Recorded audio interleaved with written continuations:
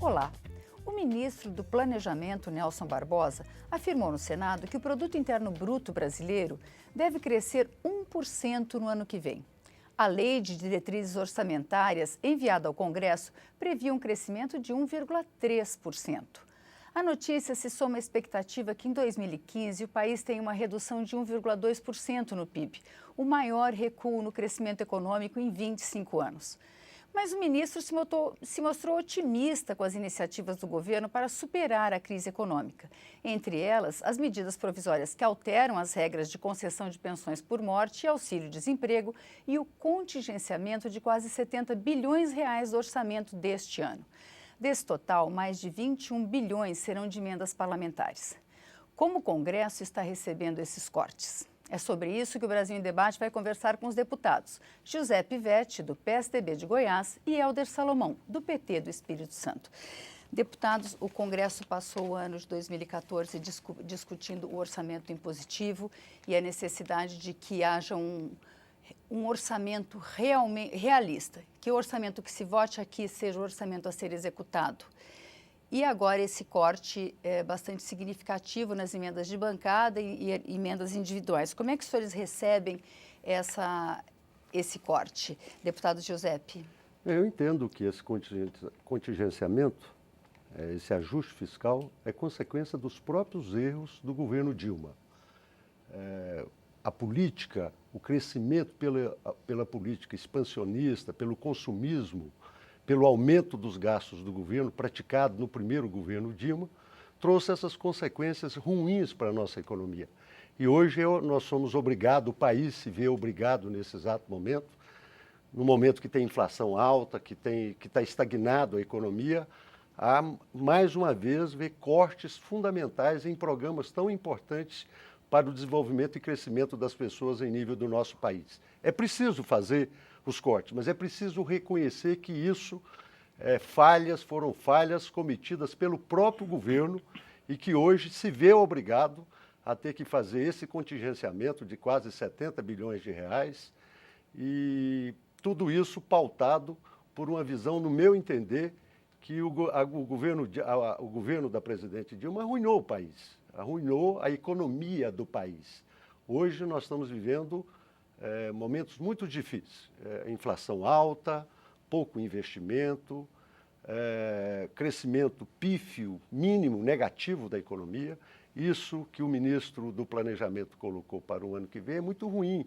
Um país como o nosso precisaria crescer a 4%, 5% para poder continuar, como o próprio PT fez no início no governo, nos 8 primeiros anos do governo, poder agregar novas pessoas ao consumo, melhorando de vida as pessoas. Mas, infelizmente, não é isso que nós vemos hoje. Deputado Hélder, como é que o senhor vê essa questão? O senhor concorda? Olha, nós sabemos que o momento é de crise na economia mundial. Negar essa crise é não buscar compreender profundamente como que estão hoje os fundamentos da economia mundial.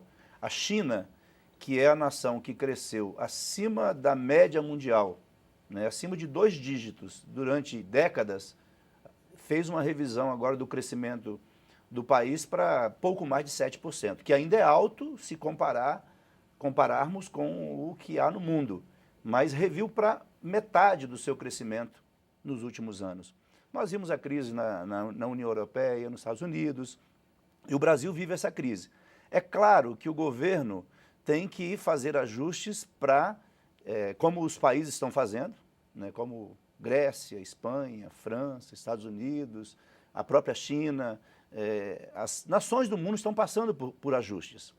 E, obviamente, por conta de incentivos que o governo federal deu, hoje nós temos que fazer esses ajustes para ter equilíbrio fiscal e preservar os investimentos e os programas sociais. Se nós formos avaliar o passado recente do Brasil, quem arruinou o nosso país não foi os governos Lula e Dilma. Nós colocamos quase 40 milhões de pessoas tiveram ascensão à classe média. Nós tivemos a maior geração de emprego das últimas décadas. Nós tínhamos mais de 13% de desemprego. Hoje o nosso desemprego ainda não chega à casa dos 7%. Né? O emprego dos Estados Unidos hoje é maior do que o do Brasil. O emprego na Alemanha equivale ao que é a taxa de desemprego no Brasil. O desemprego na Espanha está na casa dos 24%. É claro que o governo não acertou em tudo.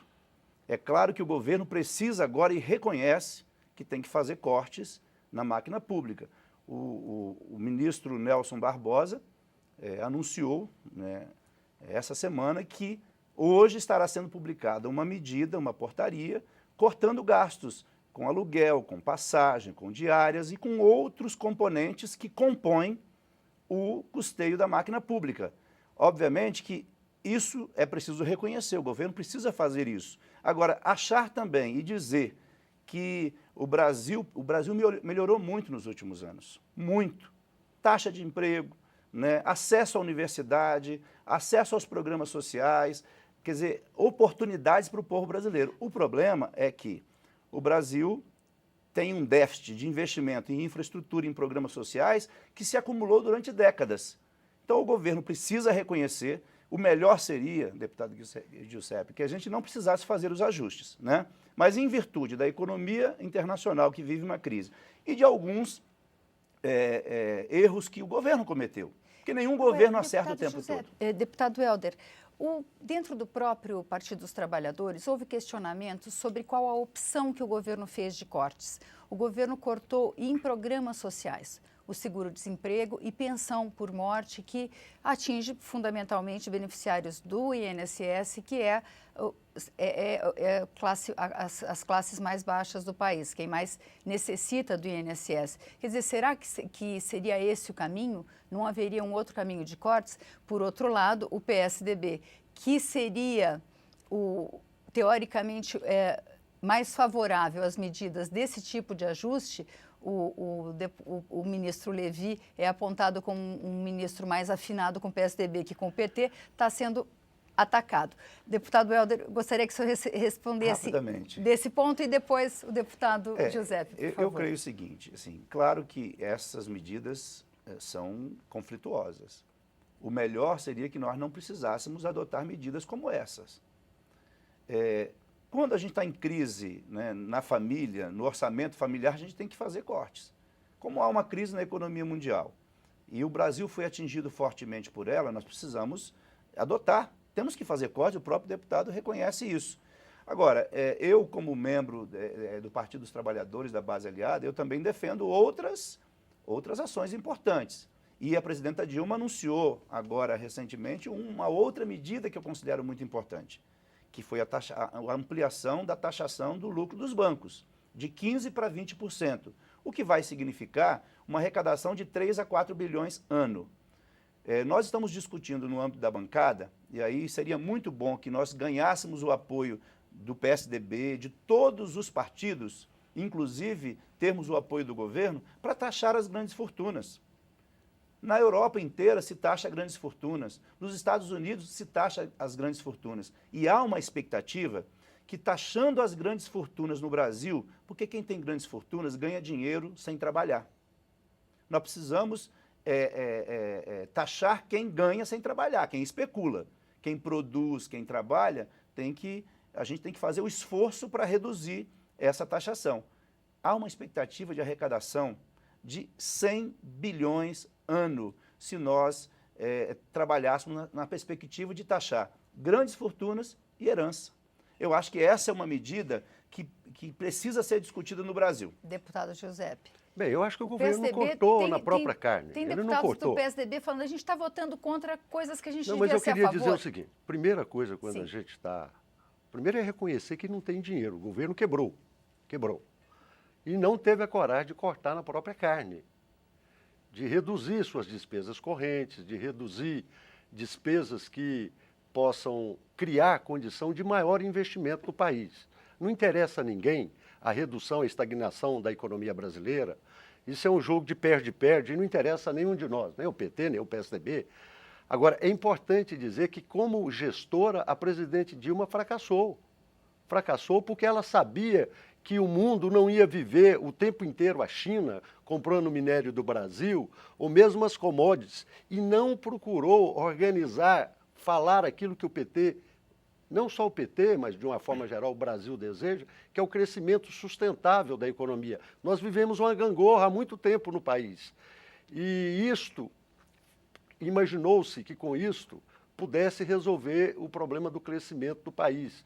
Com o aumento do gasto do governo, aumentou tudo, benefício, aumentou a desoneração da folha, foi aumentando, e agora o governo descobriu e falou, eu não tenho dinheiro para pagar isso. O ministro reconheceu, não temos dinheiro para isso. Todos, não tem mais dinheiro para o FIES, lógico que aumentou consideravelmente, os contratos, foi uma coisa positiva. Aliás, era foi positivo. 30 mil para mais de 2 milhões. Mas, ou seja, exagerou na dose de oferta de gastos do governo. E agora onde deveria cortar, deputado? Eu acho que deveria cortar naquilo que todos nós entendemos que seja possível, que não afete a população. Nos cortes internos do governo. Corte de ministério, corte de despesa, reavaliação de contratos. Porque, na verdade, quem está pagando a conta desse ajuste fiscal é a população. É a população que está pagando a conta. Ela não teve culpa disso e agora ela, com o menor desempenho da economia. É verdade que aumentou, que o Brasil tem uma boa taxa de desemprego baixa, mas nós jogamos agora quase 2 milhões de pessoas no mercado de desempregados. Tudo isso é muito ruim. E essa situação de pouco investimento traz consequências para todo mundo. É um perde-perde que não interessa a ninguém. Pois é, deputado, mas olha só, os ajustes adotados nos Estados Unidos. Hoje, a economia americana começa a dar sinais de recuperação. Para que esses sinais de recuperação fossem possíveis, os Estados Unidos perdeu quase 15 milhões de empregos. Quase 15 milhões de empregos. Nós aqui ainda temos uma taxa de desemprego muito baixa, graças ao crescimento da nossa economia ao longo da última década, que foi uma geração de emprego com carteira assinada histórica. É claro que, né, volto a dizer, nós não temos que achar que o governo não cometeu erros. Assim, o governo que se especializou em fazer ajustes para cortar direitos foi o governo do PSDB. Bom, a gente vai ter que fazer um pequeno intervalo para o deputado Giuseppe voltar e responder. Claro. Até daqui a pouco.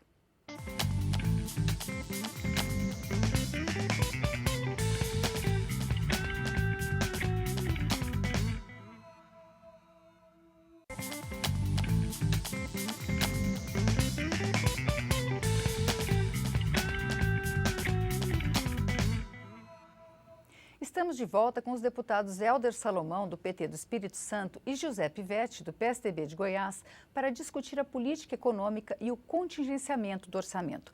Deputado Giuseppe Vetti estava começando a responder à afirmação do deputado Hélder Salomão de que o especialista em fazer cortes sociais seria o PSDB. Eu acho que o PSDB teve a capacidade de fazer as reformas estruturantes do país, econômica, social, reformas que certamente não tiveram viés ideológico que tanto atrapalham o nosso país. O Plano Real foi um grande exemplo. O Plano Real possibilitou, criou todas as bases a posterior para que o próprio governo Lula pudesse surfar numa condição saudável da nossa economia. O que eu quero dizer aqui é o seguinte, todos os governos têm problemas. E nós temos que ter a coragem de enfrentar os problemas de frente. Vou te dar um exemplo. O Brasil tem uma capacidade de investimento muito pequena. Infraestrutura ruim, estradas, energia, portos.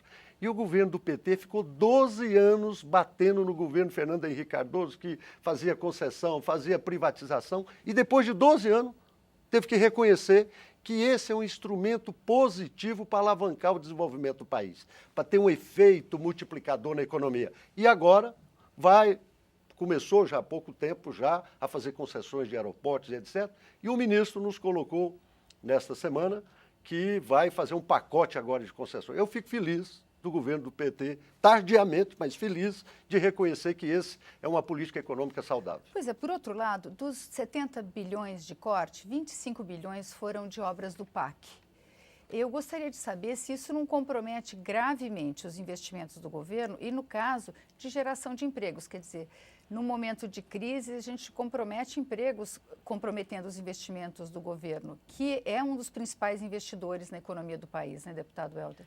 Olha, se nós analisarmos historicamente, né, a execução orçamentária no Brasil em relação aos investimentos, nós vamos ver que na última década houve um avanço extraordinário, não só nos investimentos em relação aos programas sociais, porque, de fato, nós precisamos reconhecer erros que os governos cometem. Eu já fui prefeito, né? Fui prefeito durante 8 anos, felizmente saí muito bem avaliado, mas o meu governo também teve erros, como a vida da gente não é só feita de acertos.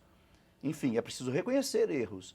Agora, se a gente analisar assim, o que nós tínhamos, e eu reconheço que o Plano Real tem suas virtudes e muito importantes para a estabilização da economia no nosso país. Só que tem um problema. Assim, os programas que foram desenvolvidos no período, né, do PSDB, a meu ver, carecem de uma análise mais profunda, porque se traduziam em programas muito mais como experiência piloto do que universalização das políticas públicas. E foi o que o governo do Lula, os governos do Lula e o governo da Dilma fizeram.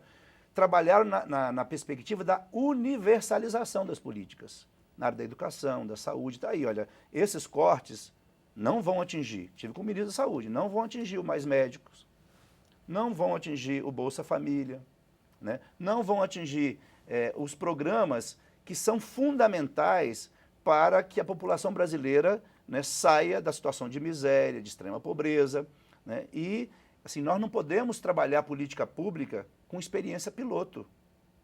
Se nós não fizermos um esforço, né, para ter a inserção e a inclusão das pessoas de maneira mais robusta, a gente vai ter o governo e o mercado cuidando da metade da população e a outra metade fica à mercê. Então, eu creio, assim, deputado Giuseppe, que pode ser, assim, a gente pode admitir que o governo cometeu um erro. Sabe qual foi o erro? De colocar dinheiro como nunca se viu na história desse país nos programas sociais. E aí, se a gente pegar o FIES, por exemplo, que agora está na moda discutir o FIES, de 30 mil para mais de 2 milhões. Talvez tivesse que ter tido, né, mas a vontade do governo e a decisão política do governo de investir na área social, de inclusão, na saúde, na educação, em todas as áreas, fez com que, né, nós tivéssemos investimentos nunca vistos antes na história do nosso país. Agora, vamos assim, admitir também os passos que nós precisamos dar. Agora vamos falar um pouquinho do Congresso. Deputado Giuseppe, a Fitch Ratings falou que o Brasil está num bom... Ela é uma agência classificadora de risco. Ela falou que o Brasil está num bom caminho com essas medidas anunciadas, pedidas aí pelas medidas provisórias do governo para começar a estabilizar a economia. Mas que o Congresso pode melar tudo isso com os penduricalhos, com esse processo de transformação que as medidas provisórias passam por aqui. E a oposição tem um papel aí, né? A oposição tem sido acusada de, por questões meramente políticas, sem considerar a vida econômica do país, está dificultando essa tramitação, está dificultando esse processo de ajuste. O que o senhor acha disso? Eu acho que o governo teve maioria para aprovar as medidas provisórias aqui no Congresso. E cabe à oposição, certamente, a votação foi mostrar as falhas do governo. Mostrar tudo aquilo. O partido do governo, em especial o PT, toda a vida, entre aspas, foi protetor dos trabalhadores. E agora se viu obrigado a cortar na própria carne do trabalhador, não do governo. Não do governo. Não teve a coragem de fazer os cortes necessários dentro do governo para poder fazer o ajuste fiscal. Mas, Giuseppe, se você me permite, deputado só rápido... Deixa o deputado Giuseppe terminar, ele ouviu o senhor. É uma frase, se a gente for analisar detalhadamente os cortes, o governo fez um esforço para não fazer um contingenciamento linear. Deputado, o que houve foi um contingenciamento deixa o deputado seletivo. Giuseppe, senão nosso tempo termina, o deputado Giuseppe não responde. Não, mas não tem problema, não, faz parte. Mas é só para externar que eu acho que a oposição, quando há interesses comuns do Brasil, Todos nós temos que nos somarmos. O país está fracionado. Acho que as eleições demonstraram isso. O Congresso, antes de ontem, saiu daqui fracionado. Ontem não. Ontem nós já tivemos a oportunidade de ver um mínimo de coesão no interesse da população. E acredito que um país para crescer, nós não vamos viver a vida inteira criando condições de benefícios assistencialistas, de proteção social para as pessoas. Eu acho que, momentaneamente, é importante todo mundo que passe por uma situação de dificuldade ter programas assistenciais que possam auxiliar as pessoas. Mas eu acho que não tem dignidade maior para uma pessoa do que ela, com seu próprio esforço, gerar o seu sustento. Então, a gente tem que criar condições econômicas para que as pessoas possam crescer e, com a sua própria luta, com a sua própria capacitação, poder gerar condições de se desenvolver. Eu acho que essas políticas são estruturantes e é preciso ter coragem para poder fazê-las. Nós não vamos trabalhar no sentido de criar uma bolsa para uma família eternamente. Eu acho que, momentaneamente, sim, é importante ajudá-la. São políticas transitórias, são transitórias, são políticas que é importante auxiliá-las, dar essa proteção social, mas criar, certamente, uma porta de saída para essas pessoas. E a porta de saída vai ser a educação e o trabalho. Porque a educação e o trabalho é que propiciam que uma pessoa que tenha nascido pobre materialmente tenha condições de crescer na vida, de se desenvolver, de avançar. E, nesse sentido, eu acho que nós temos que trabalhar aqui para essas medidas que são estruturantes para o crescimento do país e para o desenvolvimento das pessoas que aqui moram.